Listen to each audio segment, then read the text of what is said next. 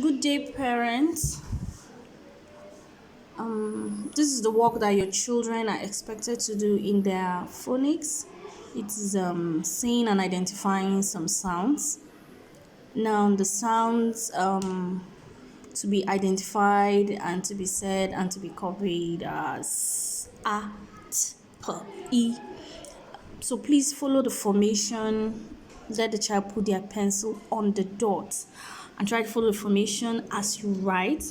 So the pencil on the dot, you go C up, sit down,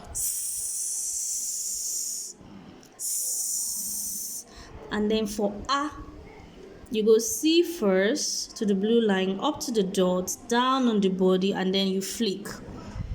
And then for T, you go one down to the blue line, take it up, and then you cross it on the blue line. And then for the P, one down to the red line, and then you cover it. And then your E is one down and dot. Now the sounds, the child says the sounds, please. S, A, T, P, E. Let me say it again.